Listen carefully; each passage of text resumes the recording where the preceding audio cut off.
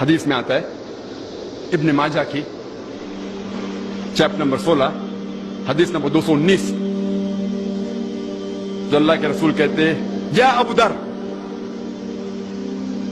تم اگر ایک آیت کو سمجھو گے وہ 100 رکعت نفل سے بہتر ہے.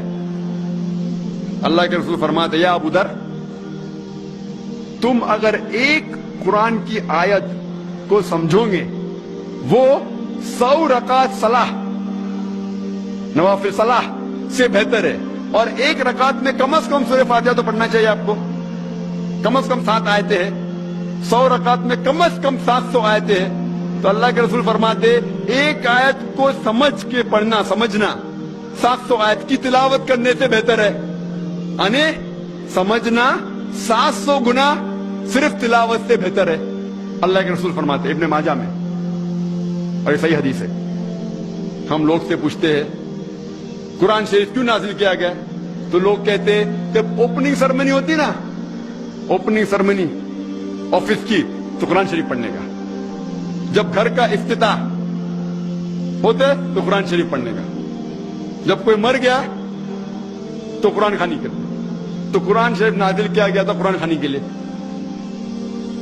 اور لوگ کرتے ختم قرآن 1 2 3 ختم قرآن کے رمضان میں 3 بار 4 بار 10 بار الحمدللہ آپ کو ثواب ملے گا انشاءاللہ ملے گا. لیکن اگر آپ رمضان میں 2 بار ختم قرآن کرتے ہیں میری یہ رائے رہے گی کہ 1 بار عربی میں پڑھو اور 1 بار ترجمہ پڑھو وہ بہتر ہے.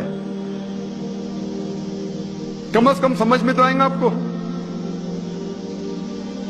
اور اگر آپ چاہتے ہیں کہ اوپننگ سرمنی میں قرآن خوانی ہو یا ابتدا ہو گھر کا تو قرآن خوانی ہو کوئی مر جاتا قرآن خوانی. میں کوئی قرآن کی آیت میں صحیح حدیث میں نہیں جانتا ہوں کہ محمد صلی اللہ علیہ وسلم یا صحابہ کوئی مر جاتا تو قرآن پڑھتے تھے یا کوئی ابتدا کے لیے قرآن پڑھتے تھے. اگر آپ کو قرآن پڑھنے کا ہی ہے تو میں یہ کہتا ہوں کہ آپ قرآن اگر پڑھتے ہیں 100 مائل کی سپیڈ کے اوپر 30 لوگ کو بلاتے اور 1 گھنٹے میں ختم کرتے تو میں کہتا ہوں کہ 2 گھنٹے کے لیے بلاؤ. عربی بھی پڑھو ترجمہ بھی پڑھو. نہیں تو 30 کے بدلے 60 لوگ کو بلاؤ. ایک آدمی اگر 1 پارہ پڑھتا ہے تو ایک آدمی کو بولا آدھا پارہ پڑھو عربی میں اور آدھا پارہ ترجمہ پڑھو. کم از کم وہ قرآن تو پڑھنا کا حدیث میں لکھا نہیں لیکن کم از کم اگر آپ ترجمہ پڑھیں گے تو آپ کو علم تو حاصل ہوگا اور انشاءاللہ کچھ چیز کے اوپر عمل تو کریں گے. تو قرآن کو سمجھ کے پڑھنا بہت ضروری ہے بہت ضروری ہے. اور ایک مثال میں پیش کرتا ہوں کہ اگر آپ فرانس جاتے ہیں ایک ڈگری حاصل کرنے کے لیے BSc کی ڈگری. آپ فرینچ نہیں جانتے آپ کلاس اٹینڈ کرتے ہیں. کلاس اٹینڈ کرتے ٹیچر استاد آپ کو پی دیتا ہے پریزنٹ. بولتے ہیں حاضر ہے تو پی لکھتا ہے present P four present English میں پریزنٹ. آپ پورا سال پریزنٹ رہتے پی ملتا ہے آپ کو آپ خوش ہے.